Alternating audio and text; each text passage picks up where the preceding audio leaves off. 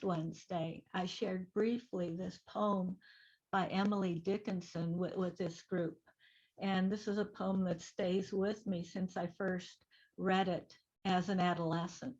And let me just read it again. I'm nobody. Who are you? Are you nobody too? Then there's a pair of us, but don't tell, they'd advertise, you know. How dreary to be somebody, how public, like a frog to tell one's name the livelong June to an admiring bog. I realized that this has been bubbling up since we've been on the topic of fame and shame, and that this is part of my lifelong encounter with the swirling of the winds of fame and shame.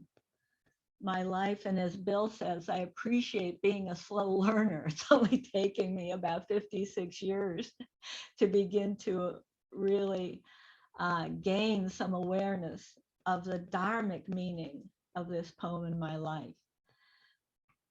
Throughout much of my career as a psychologist, I held on to the thought that if I just achieved a higher position, I'd get more freedom to do what I want to do, more power. And this never turned out to be the case. Not only that, but when I accomplished something, the enjoyment of that was pretty fleeting. I had to protect it or push myself to do even better, do even more. This was particularly true when for many years I worked at the Veterans Administration here in lovely Cleveland, Ohio. I started out there in charge of a very small program and really got to do mostly clinical work. And it was a real joy. I still remember that time with great fondness. And then I was offered opportunities to take on management of larger programs. Great, my ego said and puffed up. I wanted more. Then, of course, my goal was to keep moving up. And in each new position, I compulsively chased more recognition, more accomplishment. I had to keep accomplishing just to stay on top. And here's a quote that speaks to this from Ayakima, a really noted female Buddhist teacher who lived like from the early 20s to the late 1990s. And I encountered this recently in a daily reading for my Buddhist 12-step group. Here's the quote: wanting to be somebody is dangerous. It's like playing with fire and it hurts constantly. Other people will not play by our rules. People who really manage to be somebody, like heads of state, invariably need a bodyguard because they're in danger for their lives. When one is nobody and has nothing, then there is peace. So in gaining these positions that I had been striving for, there was little peace or joy. I had to be a bodyguard for my own accomplishments. This protectiveness was very hard, tiring work. It was exhausting, and it felt like a horrible trap. I came in early, I worked late, I was irritable much of the time, and often insensitive and unkind to those who worked with me, who worked for me, to those I lived with. I would be annoyed at those who weren't working as hard as I was, or at those who weren't on board with my agenda. I had to be somebody because at this time being nobody just didn't seem like an acceptable option. My memory of that Emily Dickinson poem is interesting in this regard. I remembered the line about don't tell, they'd advertise differently. I remembered it as don't tell, they'd banish us, you know. Now, I find this interesting because being banished to me means being outcast, being shunned, not being included in a common humanity. So if I stop striving, clinging to being somebody and become a nobody, will I be outcast As Bill and Susan have pointed out, we live in a culture that puts a lot of pressure on this sense of being high in the pecking order. And as social beings, it can be life threatening to be outcast, as Bill has commented, being that lowest ranking baboon in the troop. Does this releasing of the somebody self mean, as might be interpreted in the Ayakima quote, giving up all that I have and I must stop achieving? Must I become homeless and surrender all my possessions to have peace? Must I stop doing or accomplishing anything? Isn't there a middle way, as Catherine so eloquently pointed out yesterday? Okay, back to my saga of work at the VA.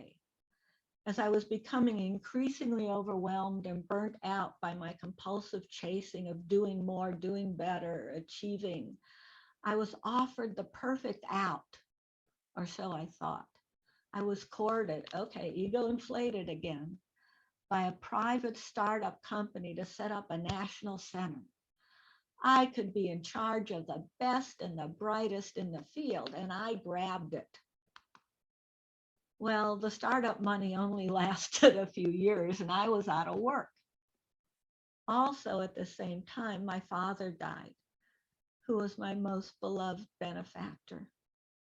So suddenly I was a nobody and I had nothing. Fortunately, I had taken the time of unemployment to re-engage with my meditation practice, especially focusing on metta or loving kindness practice. I began again to note and release thinking and planning and striving and achieving, and to settle into being with breath and embodied experience, and to open my heart to wishing well to myself and others. I went for many walks in the fall woods, feeling the heartache of my father's loss as a call to savor each moment and live each day with deep gratitude. Also, at this time, a job became available. Where? At the VA I had left. Not the job I had when I had left, the job I had when I was just starting out in my career. And my immediate boss would be a person whose boss I had been, and I had treated quite poorly when I had been his boss. Add in just a few drops or buckets of stomach churning humiliation. So I sat and practiced, wishing well to my new boss and to myself. And I gradually let my heart open to the pain I had caused this person, along with the stress and suffering I had been experiencing in that grasping and chasing after achievement. I focused on cultivating humility and gratitude rather than being whipped by the winds of shame and fame.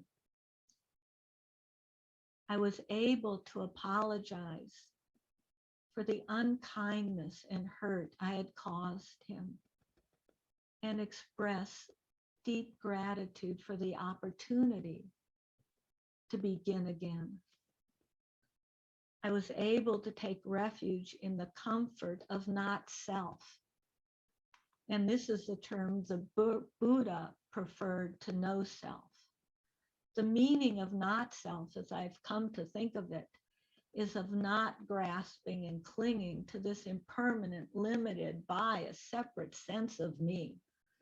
I'm coming to understand that this involves releasing of my compulsive need to always be doing better, always achieving, always grasping for more, not diminishing any achievement or accomplishment with aversion or false humility, but accepting what I've had the privilege to do in my life. From a mindful perspective, realizing that this isn't Lori's accomplishment. This is the result of causes and conditions for which I can be deeply grateful that have allowed me to have this happen in my life and realize with all humility that Lori has limitations. She will inevitably mess up, do things poorly or completely wrong. She'll make mistakes. Shame will come to visit. When she does, she can invite her dear friend Sati, mindfulness to the fore, as Susan says, to orient towards self-compassion. From that mindful perspective, both shame and fame can be approached, explored, welcomed as respected guests. Being nobody doesn't mean that I can't work hard and accept acknowledgement.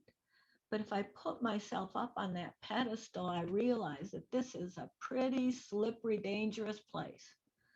Those worldly winds will always come a calling, ready to knock me off of that elevation. So best to stay grounded and closer to the earth.